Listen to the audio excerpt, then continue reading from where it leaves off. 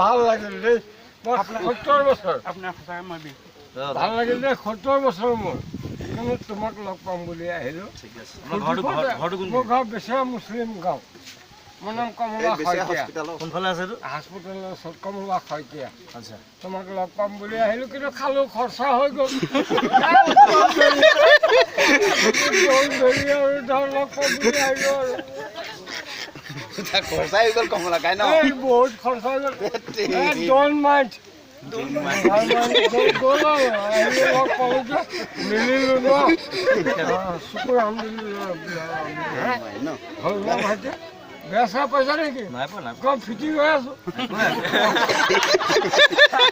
ফূৰ্তি কৰিলোঁ আৰু লগ পাম বুলি ফূৰ্তি কৰিলোঁ। পোৱা। ভাতটো খাই যাব, ইয়াত ভাত বনাইছো। ভাতটো কেলে সদায় খায়। ভাত মাংস এভৰিথিং খাই আছোঁ। ভাত বনাই আছে। জোল খাম।